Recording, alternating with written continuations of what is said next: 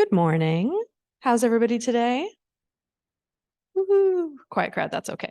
My name is Courtney Shaw, and I'm the facilitator of the Community Conversations lecture series, and I want to welcome you here today. I also have a couple of announcements. We do have, next week, we're welcoming Sasha Lapointe as part of the Northwest Voices series for writers from the Pacific Northwest. So we have some flyers in the back, both for our series as well as for the Sasha Lapointe events. And she's doing more than just a community conversations. She's also doing a writer's workshop. So there's more things that you could attend if you are so interested. We also have the LCC Learning Commons that is here. Yay. So in the back, do we have books today? We have books today on topic, so if you're curious about the topic and you want to learn more, we have some suggestions there. And today I'm welcoming a new speaker to our series. It always makes me happy when we're able to welcome a new speaker. And I also want to say, firstly, I'm going to close this out. There we go. That I want to give a hat tip to the people in the audience who recommended this speaker to me. Ron Holcomb worked as a spill responder for the Washington State Department of Ecology before retiring in 2020 after a 40-year public service career dedicated to protecting the environment. He was the spill team lead for Ecology's Southwest region and personally handled more than 6,000 oil and hazardous material spill incidents. Prior to being a spill responder, he was a public information officer for Ecology and the Wisconsin Department of Natural Resources. He received a Master's of Science in Environmental Communications from the University of Wisconsin. Go Badgers. And after graduating with a degree in journalism, biology, and natural resources from Humboldt State University in Arcata, California. I don't know what their mascot is. Maybe the large trees? Something like that. He developed his love for the outdoors and concern for environment during childhood experiences in national parks and forests, and as a member of the Mountaineers. In retirement, he still enjoys climbing peaks in the Olympic and Cascade Mountains. Please welcome Ron Holcomb. Well, thank you, Courtney, for that introduction and the opportunity to come down here and talk to folks. Really appreciate this opportunity, and we kind of have a small group, so obviously we can be pretty informal as I go through my presentation, but hopefully there'll be obviously time at the end for questions. So as Courtney read a little bit about my bio, I was with the Washington State Department of Ecology until 2020, and when I retired, I thought there might be a good book in some of my experiences. And so I went about it, took about 2.5 years to really research and document, because I do name names in it, and so it's fully sourced. But I felt that the public really doesn't know the extent of kind of the environmental disasters, both large and small, that are really occurring on a daily basis. The big ones get in the news occasionally, but every day stuff's going on. And I thought it was important to explain that, show the system, how these disasters are dealt with, document some of the big ones, just for historical purposes. And then also, partly maybe to motivate young people and students to maybe get into the field of environmental protection. It's very important. And obviously at the time with climate change and issues going on, it's an important time. So let me just jump right in here. And the reason I named the book Constant Chaos is because I wanted to show that there's stuff going on all the time. So in our state, through the Department of Ecology statewide, pretty much every year, we'll receive about 4,000 calls from a variety of sources, either direct true spills or environmental complaints, potential pollution issues. that we come in. Where I was the spill team lead was Southwest Washington. And we would get, our average was 120 reports every month, kind of month in and month out. It's pretty amazing. So, and we're a pretty small group. We actually have offices where most of our spill team was, which wasn't a huge group. And then there's a field office in Vancouver that has 2 of our spill responders that work in the southern area. This is kind of a map of what our area of coverage was. It's actually quite big. It's the entire Olympic Peninsula. Got the Strait of Juan de Fuca, we got the ocean, we've got, Grays Harbor, Willapa Bay. Down the bottom, of course, the Columbia River that comes right through here. We also had Hood Canal, part of Puget Sound, kind of up to Tacoma and Pierce County. So we had both some industry, rural areas, major transportation corridors like I-5, the railroads, pipeline transmission. So our small group kind of had to deal in that area, beautiful area. So how do we handle all of this and kind of call it triaging the chaos? The calls come in sometimes through 911, sometimes through, and a lot of people don't know, there are 800 numbers, both at the federal and state level, that are kind of like the environmental 911 equivalent.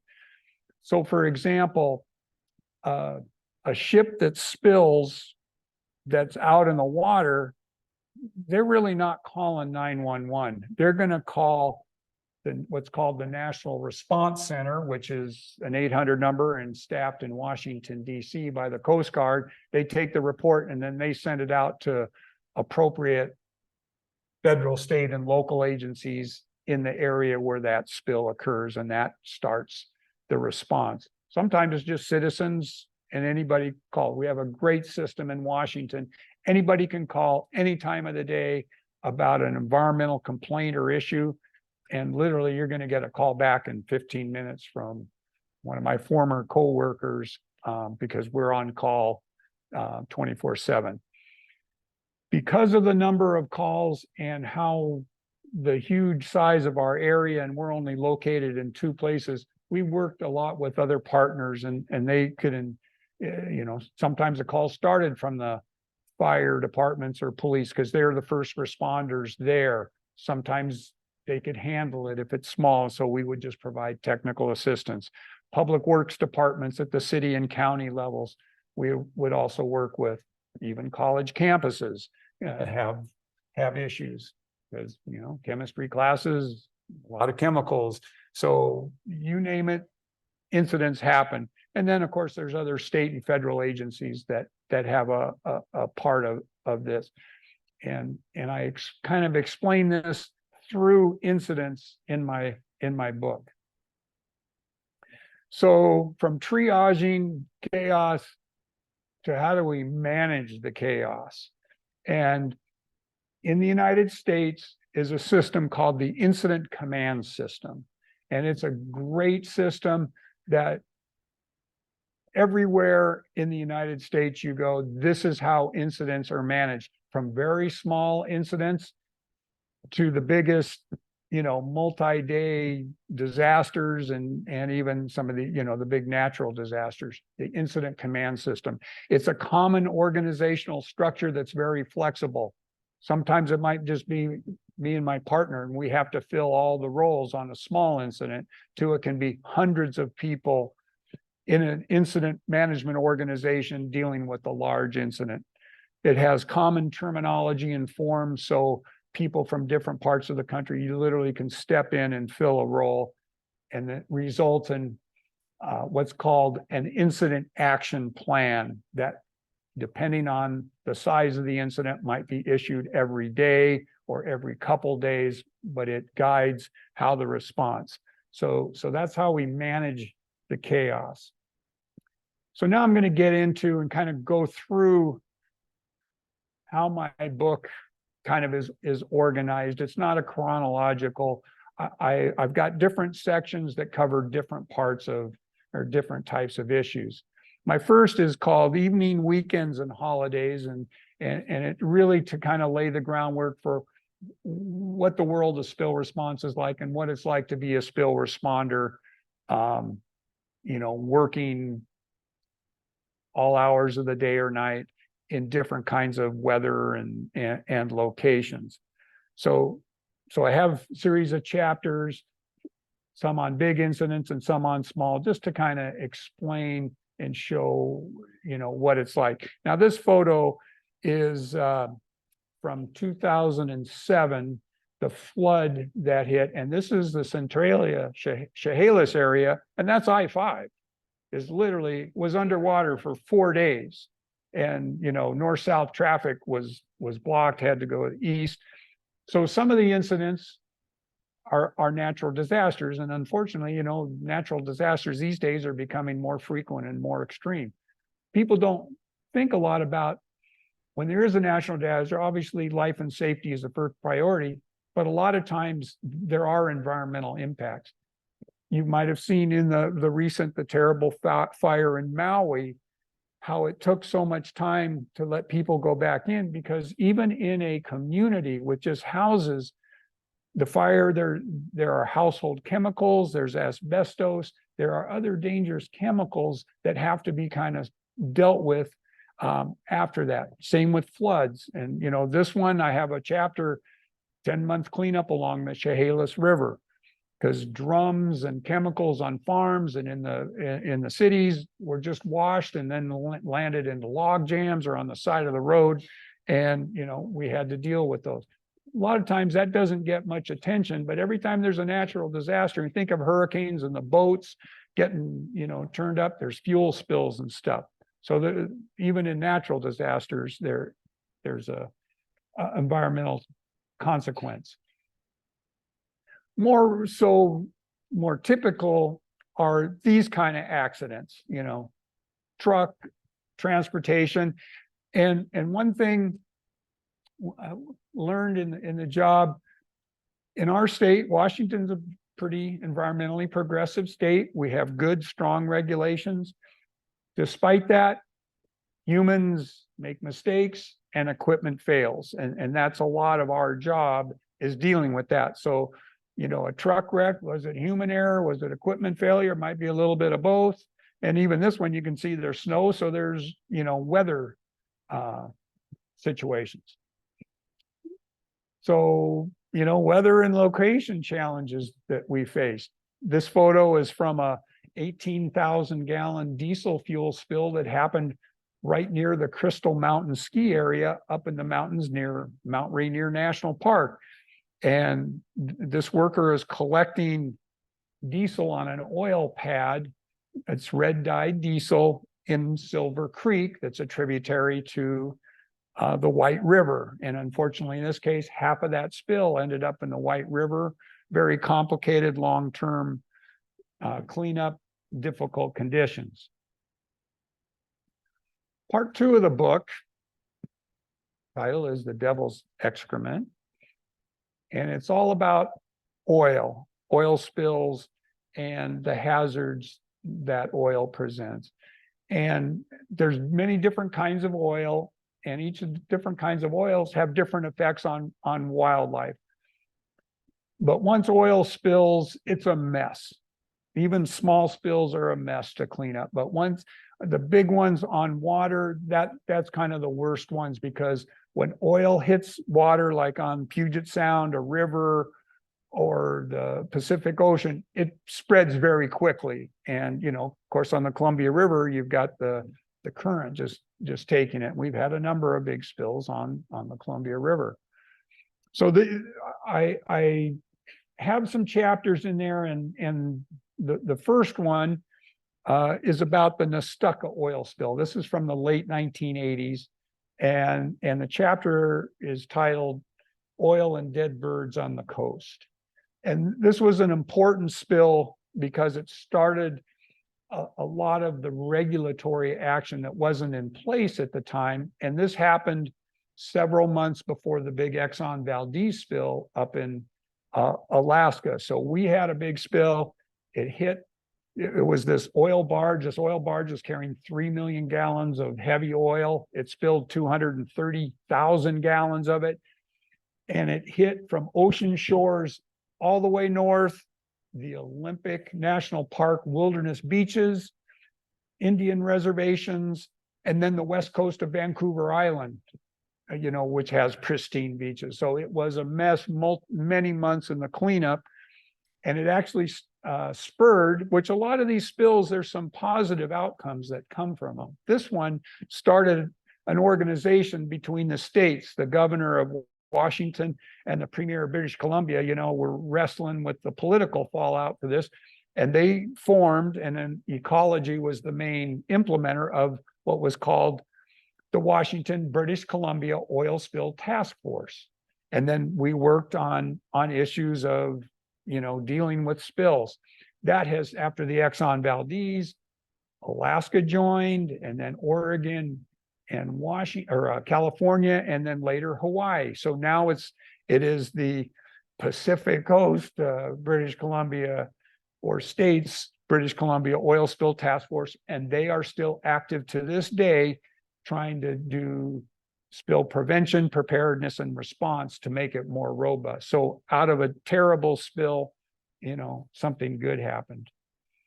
And then kind of later in this section, I talk about a new type of oil spill threat in our state that had started around 2012, when you probably heard the term fracking really started being big in western North Dakota and eastern Montana for what's called Bakken oil. It's the formation that they could, by fracking, bring up this oil that before was too costly to get to or too difficult. And it's a very different kind of crude oil. It's almost like gasoline. It's just highly volatile. So we had our first there were a number of incidents. There are no pipelines leaving that area, so the oil has to be hauled out through these long trains. They're called unit trains because they're just carrying oil. And they gained the term bomb trains in the early days because there was wrecks and these fires. Well, this was our introduction. This is 2016. This is actually in Oregon, Mosier, Oregon. And these trains that are coming with the Bakken oil into our area, they come in through Spokane, then the trains go down to the Tri-Cities, and then they come along the Columbia River to Vancouver. They go north right through here, Longview, up to Olympia, and they're going to oil refineries in Tacoma, and 2 in Anacortes, and 2 in north of Bellingham. This train was headed to Tacoma, but it derailed. It was a UP train and caught fire in this little town, which is normally a very windy part of the Columbia River. Fortunately, as you can see, kind of the smoke is going straight up. Had the wind been blowing normally, this town probably would have been wiped out. We were fortunate, very little got into the Columbia River, but it was a big, terrible spill. It hit their sewage treatment plant and was a mess. The next part of my book is called The Wild World of Derelict Vessels. And derelict vessels are a real headache for a number of states, and we're one of them. This is a picture of an old ferry called the Kalakala. It's probably our state's most infamous derelict vessel. In its heyday, it was wonderful. It kind of had an Art Deco design. You can Google it and see it. It plied Puget Sound for a number of years. It was the first commercial vessel in the United States that had radar. And like a lot of these old vessels, once they pass their prime, they don't just disappear, but they'll change hands. And a lot of times they become very inexpensive to purchase, and people think that, oh, I'm going to restore it. And that's what happened. This is in Tacoma. After years of trying, a gentleman bought it. It would take millions and millions of dollars. and it just doesn't. And so finally around 2015, because it was where it was more, that area needed to be developed for commercial purposes, so it was actually demolished.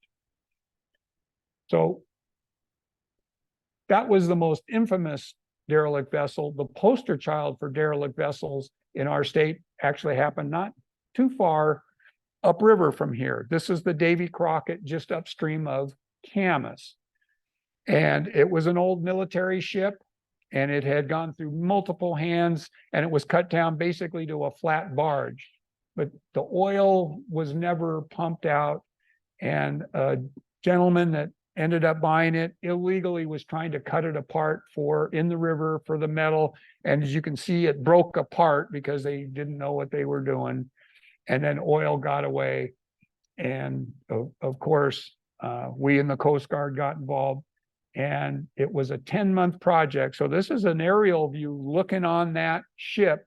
It had to be deconstructed in place, and it took 10 months, $23 million of, mostly federal money, some of state money. The gentleman did serve a little time in jail, and of course owes the government $23 million and us about $1 million that we'll never see. But so that was, shows the challenge with these older vessels. Now, some of you may know about this one. How many might know about it? Anybody know about this? This is just across the river. This is an old military vessel that is parked just downstream a little bit on the Oregon side. The Coast Guard spent several millions of dollars kind of going in and cleaning out the chemicals and security. And to tell you the truth, I don't know what the current status is, but these are ticking time bombs that, on water, very different than on land. So this one hopefully won't have the same fate as the Davy Crockett. And then there can be, derelict vessels can range from small skiffs to these large ones, and old fishing vessels are a real problem because once they're done, people buy them for very cheap. This one was bought through Craigslist, of all things. The Port of Seattle took possession of it because it was delayed, didn't pay its moorage fee. So they took it, and then they put up, and the guy that bought it, it was like $2,500 or something, this huge ship. And of course, they hadn't pumped out the oil. He pulled it up to Penn Cove on Whidbey Island, which is a magnificent place, the largest mussel growing operation in the United States is based there. And there was a mysterious fire. He was illegally moored over state lands out in the middle. It was mysteriously fired and it sank. And of course, who has to deal with it but the state and federal government. You can see the size of the cranes on the barge are huge. So, these are, $1 million endeavors. And fortunately, there are state and federal funds, but it's not a, bottomless pit. Part 4 of my book is titled Immediately Dangerous to Life and Health. This is about the hazardous materials, kind of incidents, chemicals that can happen at industrial facilities or a variety of other places, transportation incidents. This photo was taken by a citizen of Bellingham. This is June 1999. This photo literally was shown in newspapers and media origins around the world.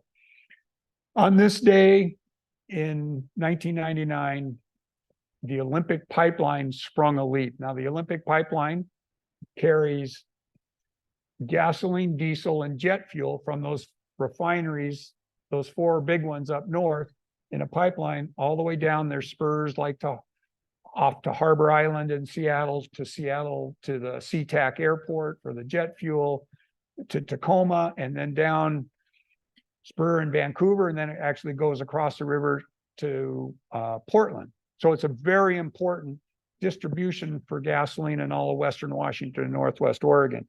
They sprung a leak June 1999, 277,000 gallons, went down a creek, was literally heading for downtown Bellingham, and two 10-year-old boys were in the park playing with matches. They ignited this thing, and their actions, even though they, tragically were horribly burned, were taken to Harborview in Seattle and died the following day. But their actions saved probably more death and destruction, because if it was still flowing down towards Bellingham, and something would have ignited it, and it would have been a bigger mess. So I have a chapter on that story, and out of that tragedy, some good things did come about, and that's a part of why also in my book, it's not all doom and gloom. Some good things come out of these terrible incidents that takes us forward to better protect from future ones. We have a lot of near misses, and those are helpful. It's these big ones, that are unfortunate and terrible. Try to learn from them.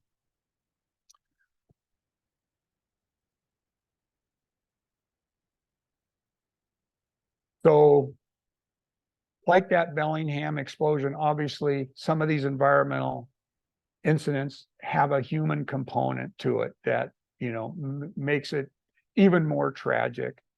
So I have a chapter on some of these incidents. This particular photo was taken, and a lot of people don't know there's a form of suicide. It's very rare, chemical suicide, and we get involved because it's a mixture of chemicals that people make before, and it makes a toxic gas that they succumb to. And you go on the internet, and they have recipes, they're very simple to do. But what's interesting is they advise people make signs so first responders know, and it's really amazing. So this car had these signs, deadly gas, so people know, because it's like there's just somebody laying in there, you don't know what the problem. But we have to deal with the chemicals, so it's not we're not paramedics, we don't deal with that every day. So that's a part of the spill response. Truck wrecks, there's a lot of fatalities at times with going with a fuel spill. So I did want to kind of give that. Back to the natural disasters. If you might remember, the 2014 Oso landslide up north. Deadliest landslide in the United States happened in our area, where 43 people killed. The side of the mountain just fell away and swept across, and in there was a community of people. It was just kind of a rural community, completely destroyed. Well, just like those Maui fires, even a community, there's oil, there's gasoline, there was septic waste. So we were part, we had a smaller part to the looking for victims and recovery, but we were there as part of the health and safety and collecting the oil and hazardous materials in this terrible situation. Some of you may remember 2017, this Amtrak, there's a bypass that they had spent a lot of money to get the passenger trains away from a kind of a bottleneck, and been planning for years. We even had a tabletop exercise just a couple months before the inaugural run of the train, to simulate, because it's run right by I-5. If there's a wreck, it's going to be a really difficult place by Joint Base Lewis McChord, very narrow corridor. And the very first commercial run of this new bypass, human error. The engineer, there's a 35-mile-an-hour curve off of this. Normally they're going as fast as they can, and he just drove off the curve and onto I-5. And several people were killed, many injured, and there was a small fuel spill associated with that. But that happened just 5 miles from our office, and we got there right away, and so that was another tragic situation. So kind of to offset the tragic and kind of dark stuff, I do have a couple of sections, but this one, the first, the weird, the strange, and the bizarre, because a lot of times there's weird stuff that just happens that nobody else deals with, and stuff rolls downhill. We were kind of you couldn't get any further. We couldn't pass stuff off to anybody else. It's like, okay, we'll take a look at it. So some of these are just some oddball ones. I won't go into them. They're stories. They're just atypical kind of incidents, but they're environmental related. So then I've got a section of the book, Trains, Planes, and Burning Vessels. And, train wrecks, although I did have a chapter on the Amtrak one, that's a passenger train. Passenger train derailments obviously are very different because there's people involved. Freight trains are just, massive and a lot more involved. And when they wreck, they are devastating, and can pose, major environmental problem. This photo, which is the one for the cover of my book, photo I took, was a train wreck up on Puget Sound. Fortunately, the spill, these tank cars were loaded with highly corrosive sodium hydroxide, and fortunately only a little bit spilled. But I included this because the chapter regarding this incident is called Confusion at Chambers Bay. And it was one of the few incidents we have. I talked about the incident command system and how things are very organized. This one didn't start out in that fashion. It was very unusual. And I write about it. And again, it helped further along so it wouldn't happen again. Washington now has rules in place that govern the big railroads, where they have to have approved response plans from the state, and they have to do drills. Now the railroads, they're deep pockets. They're laser focused on getting these fixed up, and they have resources for the environment. So that's why it was a very odd one that we had this confusion at the start. Now, closer to home, I've got a chapter titled Collisions in Longview. And, this is a major transportation corridor, both highway, train, and pipeline. And just south of here, there were two major train wrecks that happened 10 years, almost exactly 10 years apart today, in exactly the same place, but very different incidents. The first one was in 1993. It was a terrible head-on collision. Two trains going full blast, 5 people killed. The 3 on one train, 2 on the other. Big fire was, debris out on I-5, and there was a spill. And there is a plaque that you can kind of just see.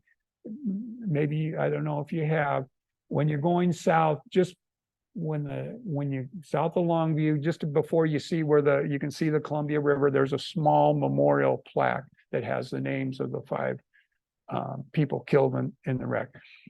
This one was the one that happened 10 years later, 2003. Wasn't a head-on collision, but it was another human error situation. And this photo actually ran in the Longview Daily News. That's me. And I'm pointing at a trench that was dug because those locomotives were leaking diesel and their oil. And right below me is a big wetland, and then the freeway was off the other way. So this trench was dug to collect the oil and fuel so it didn't impact the wetland.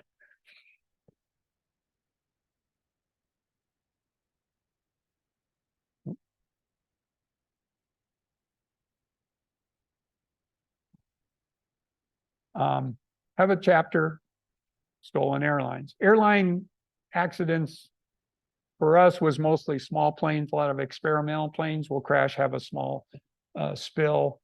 You know, the airline industry's gone a long way to be preventing, you know, it's a very safe form of transportation. Very unusual situation. I think this was 2018, if I get 17 or 18. A ground crew member at SeaTac on his own was able to take an aircraft that looked just like that on his own and take off. And he flew around up in our area for a couple hours. So nobody knew at the time initially, you know, is this a terrorist attack or what? They mobilized from Portland, the National Guard jets, you know, and they zipped up and they were causing sonic booms, which just rattled everybody in law enforcement. It just made the situation where finally, I mean, he was then communicating on the radio and talking, and, you know, they tried to talk him down, land at Joint Base Lewis McChord, and he, you know, goes, no, you know, I'm just a guy with some loose screws. And he conducted a very difficult to do barrel roll in this jet that was filmed. Somebody on social media, you know, I mean, captured it. And we had a very minor role in this, but it's just such an unusual situation. So he purposely crashed the plane, and he could have done that pretty much anywhere. For some reason, he chose this small little island in Puget Sound. I mean, it's small and very few people live on it, and they live on Ketron Island. They live on the north end. He crashed it into the southern portion where it's just some forest and no people. He could have crashed that into Puget Sound and it would have been a big fuel spill. And so, you know, just is a strange, amazing story of this poor guy that something happened in his life and he did this, but he actually, by finishing what he did, he saved people and he saved the environment. You know, I don't know if that was intentional or not, but so. And then I finished this chapter with this huge marina fire in Gig Harbor where 50 vessels burned and sank, and big spill, big cleanup effort. However, this is another one of those situations where out of a, you know, a terrible situation and a big mess, something good came from it. This was 2005. This happened right around the time of the Katrina stuff. So it actually didn't get as much coverage in our state just because of what was going on in New Orleans. But the year before this, there was another oil spill from a vessel near Gig Harbor. And Gig Harbor is across the mainland. You got to get there from a bridge. And the officials in Gig Harbor, the fire and police, you know, they go, God, if we have a spill, we're a long way, it takes people a long time, we should get some equipment for ourselves. So on their own, they bought like 1,000 feet of oil containment boom. It's hard boom that you see in a lot of the big spills that keeps oil from flowing away. Right after this fire started, the police department, they have a marine unit and a boat. They deployed their boom around the outer, not, you know, this was before the fire really spread, but out around. And what that did, the tide was outgoing at the time. We estimated that their actions, because it was right initially, saved $1 million in cleanup costs. I mean, this was a huge cleanup, multiple insurance companies, you know, the Coast Guard and us, we kind of managed the cleanup, very expensive. But this action by the city, it was like great. Our agency took that story to the legislature that following year, and that started an oil spill equipment grant program that still goes to this day. And the ecology has funded through this program, oil spill response equipment, typically in more rural areas, like a trailer with boom and equipment and training for the people, but also in urban areas too, this extra oil spill equipment that can be used in the early part of a cleanup, because oil spill cleanup on the big ones, it's not like fire departments. Oil spill cleanup, the big companies that do it, you know, they're in Portland. There are some here in Longview, Tacoma, Seattle, and such.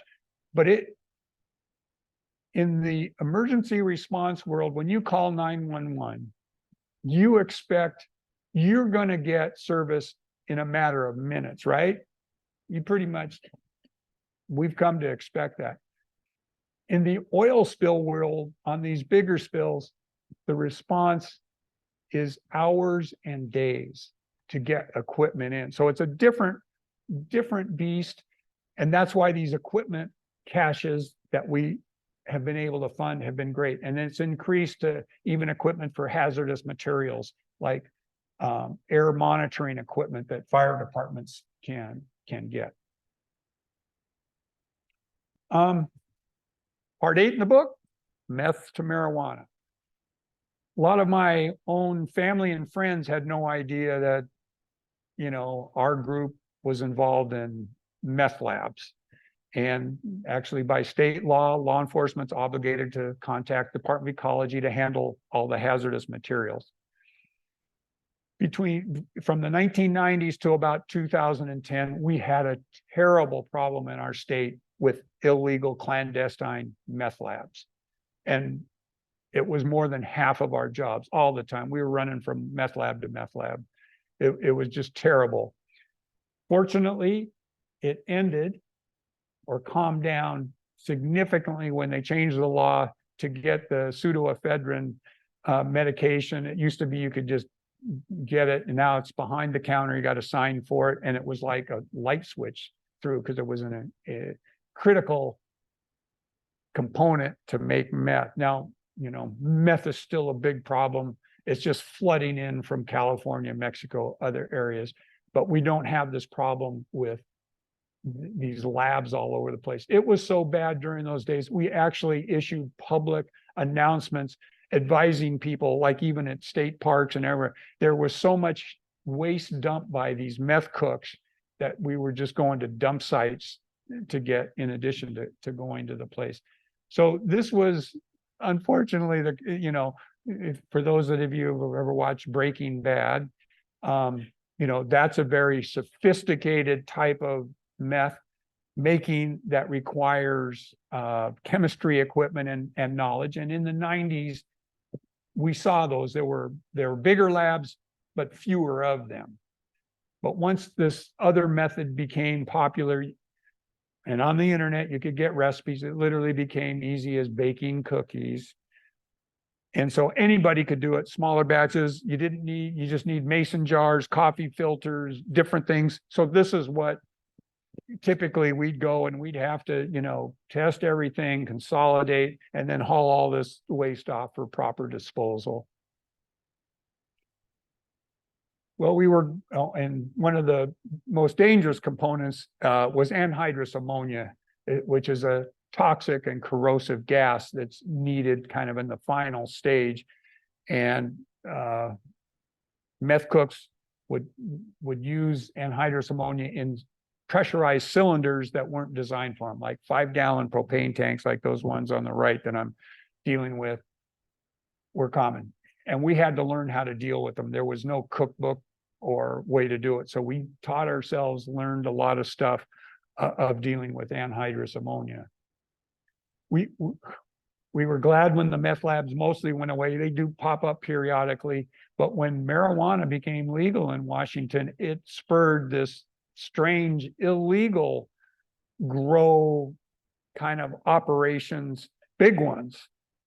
And these illegal grows were designed to grow thinking, well, the state's legal, we can probably fly under the radar. And this product was going to the East Coast where the prices were higher. Well, this brought in some literally organized crime. I have a chapter called Operation Green Jade. It was a huge law enforcement 300 law enforcement people from all different local, state, federal agencies in one day in Grays Harbor County, over 40 properties, some which had been bought with cash, where they were growing all under one kind of Chinese, crime syndicate. It was just amazing. And of course, there were people that were, tenders that were brought here under false pretense, where the people held their passports and stuff. I mean, it was just an amazing, it was one of the largest law enforcement efforts like this in the country, in Grays Harbor County. These just big growth. So during that, these were the chemicals, some of the chemicals we confiscated that day, is because these grow operations, they got pesticides, and there's mold growing on the inside, and there's a lot of concentrated fertilizers. If they're not properly used, they're dangerous in the environment. So that was the result. And so those continue to this day. My coworkers still have to go to these illegal grows when state patrol or local law enforcement find them.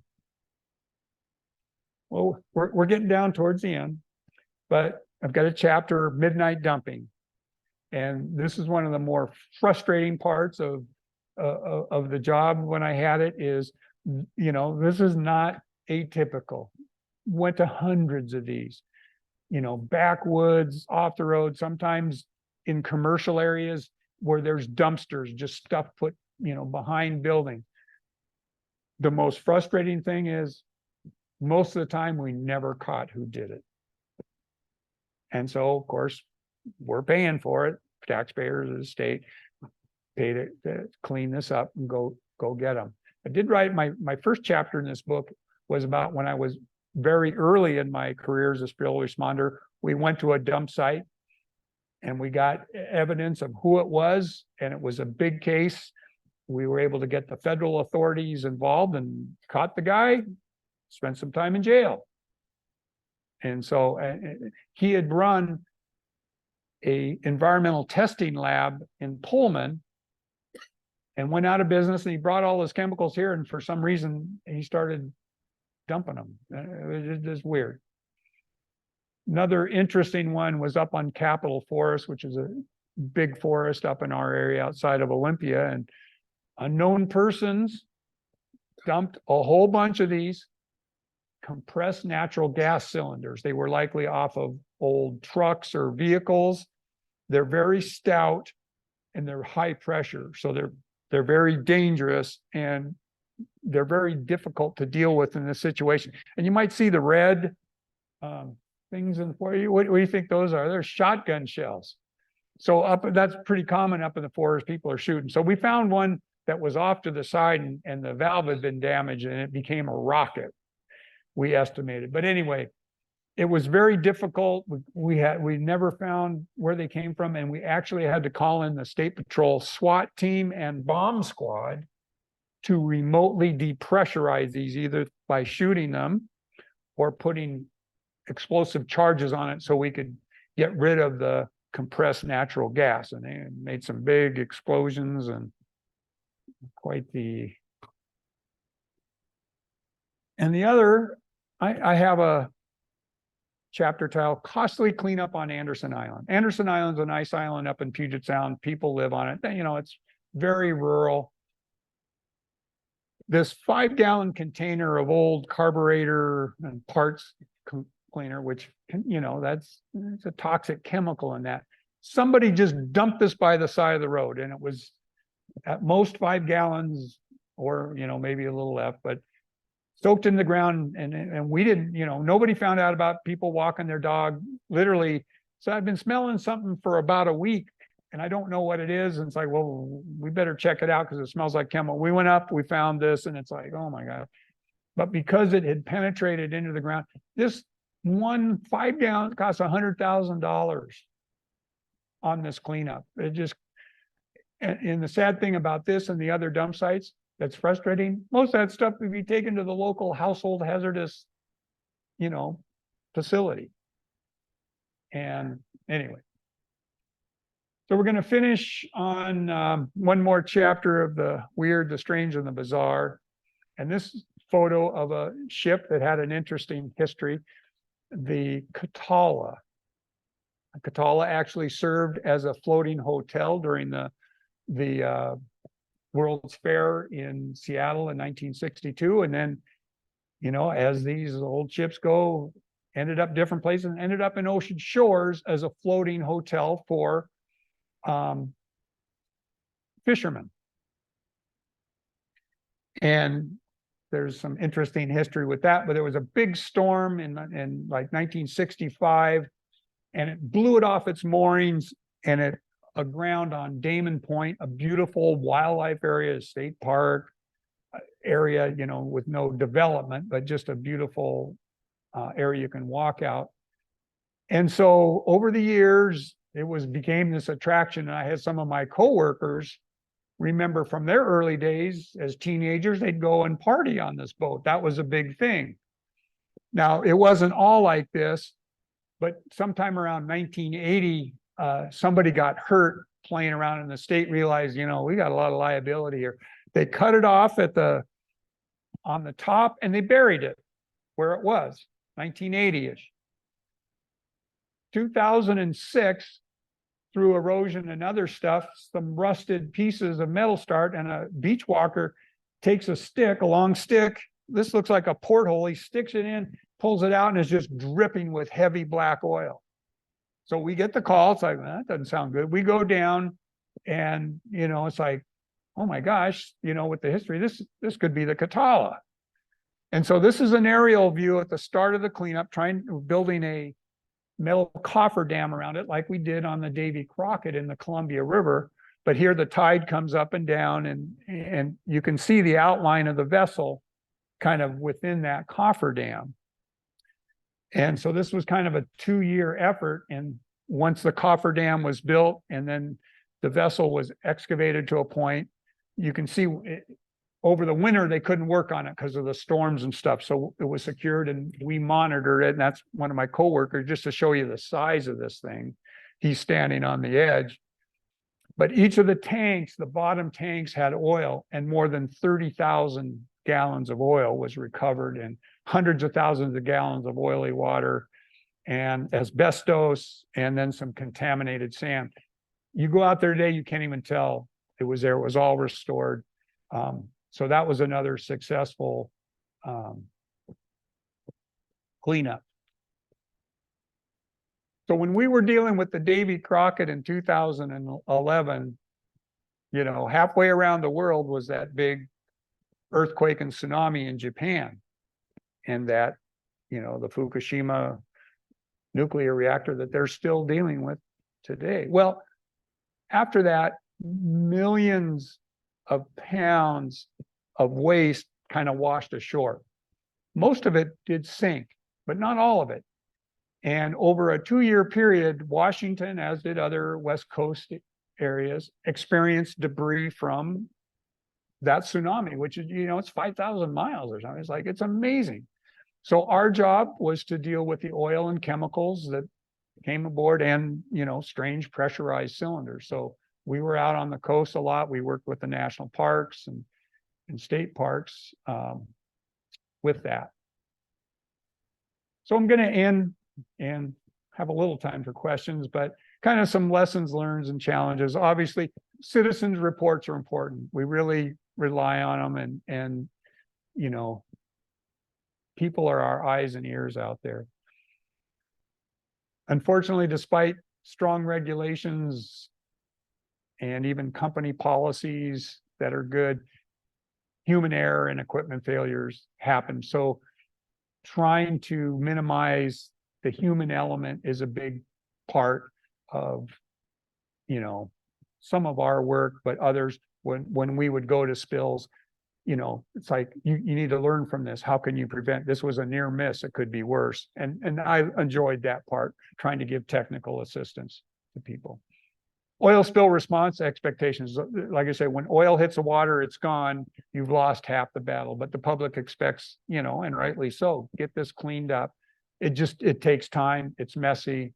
beaches get oiled and tides come in and out. It takes, weeks and sometimes a month, and that's very frustrating for the public. We do have this kind of fairly new threat from the Bakken oil from Montana, North Dakota, eastern Montana. And then there's what's called the tar sands, which is from Alberta.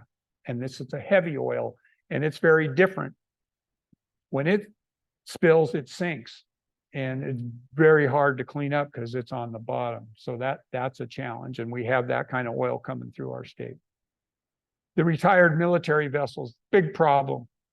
Millions of dollars. There's no money for it. It's like, it's crazy. It is a tough situation that especially coastal states are faced with. And then, of course, kind of the bottom line with all of this is, our reliance on fossil fuels and dangerous chemicals and plastics, is causing a lot of the problems that we have now today with climate change and stuff. So, we need some kind of orderly transition away from fossil fuels to more, renewable energy and substitutes for, instead of always using some kind of chemical, is there a natural or some other less hazardous way? And then, plastics, they're ubiquitous, they're in the ocean, and then they into microplastics, and we don't even know what some of the effects are some of this stuff. So anyway, I appreciate your patience, kind of long, and glad to answer any questions in the time remaining. Yeah, we have very little time, but we'll see if we can hit a question or two. I'd just like to know if you're aware of what are the legislative, are they trying to ban microbeads? Because I've heard that these are really bad for the environment.